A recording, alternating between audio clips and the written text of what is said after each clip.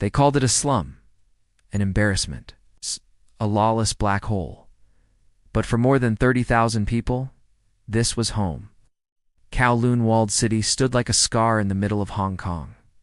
300 buildings, 6.4 acres, no sunlight, no police, and for a while no rules. The city had to fall. But what they were about to tear down wasn't just concrete. A story not of demolition, but of displacement, resistance, and memory.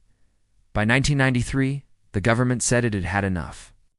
This is the true story of the last year of Kowloon Walled City. The walled city had existed for decades in legal limbo, claimed by both China and Britain, governed by neither. Inside, there were no taxes, no inspections, no official power grid. But also no fear of eviction, till January 1987, when the British and Chinese governments announced Kowloon Walled City would be demolished. TV news clip plays: the government has announced plans to clear all residents from Kowloon Walled City within 5 years. Most didn't believe it. Rumors had come and gone for years. But this time compensation offers arrived, surveys were taken, bulldozers lined the horizon. Many residents accepted the offer. They had long waited for a way out. But for thousands, the walled city wasn't a trap. It was a sanctuary. As demolition loomed, a different kind of battle began, not with fists, but with memories. Some residents had lived here for 40 years. Some had fled war in China. Others were undocumented. The walled city was the only place they felt safe. Former resident: I didn't want to leave. I was born here. My parents were here. My kids were here. You don't just walk away from that. Trash pickup stopped. Water pressure dropped. This wasn't relocation. This was siege. By early 1993, the government began to cut power to certain blocks. Still, some refused to move. Elderly men who didn't trust the outside world. Tenants too poor to restart. A few who believed the government would blink first. As the last lights of the city dimmed, outsiders rushed in: journalists, documentarians, and urban explorers. They captured the maze before it disappeared. Hallways without end. Staircases to nowhere. Entire families in 100-square-foot apartments. But behind the grime was genius.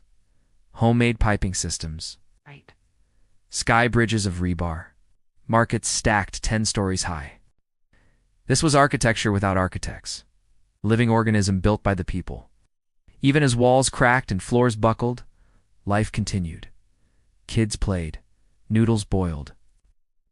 Death had been promised, but the city refused to die quietly. In March 1993, the first walls came down. City began to bleed from the edges inward. Residents were given dates, units marked with red paint. Some were forced out. Others left keys in the doors and vanished overnight. Cried when they pulled down my building. It felt like someone ripping my heart out. By late 1993, nearly 90% were gone, but not all. Some had chained themselves inside. Others camped on rooftops, watching their world shrink. Police were brought in, not to arrest, but to escort. Each goodbye felt like a funeral. April 1994. The last remaining section of Kowloon Walled City was torn down. The building once filled with lightless lives became rubble in seconds. But you can't rebuild a soul. You can't replicate a home. Not a single structure remained. It's not a wall, not a window. All that was left were stories and ghosts. They offered us new flats. More space. More air. Where the city once stood, a park was built. Trees were planted, stones were preserved. A single model of the walled city was installed to remind the world of what once stood here. Today, people visit the Kowloon Walled City Park with curiosity. Some smile, some stare in disbelief. But for those who lived, there it is not nostalgia they feel. It's something deeper. It's something louder. We weren't criminals. We were forgotten. So we built something unforgettable. The government called it a success. An end to darkness. A return to order. But the question remains, what do we sacrifice for progress? Art. And who decides what is worth saving? The Kowloon Walled City is gone, but for a moment in time, it was the most alive place on earth. Final montage. Photos of the city at night. Children playing, light glowing from tiny apartment windows. They tore down the buildings, but they couldn't erase the lives. Kowloon wasn't just a city, it was a heartbeat. They erased the buildings, but they couldn't erase the lives. Kowloon Walled City was more than a place. It was a world the world tried to forget.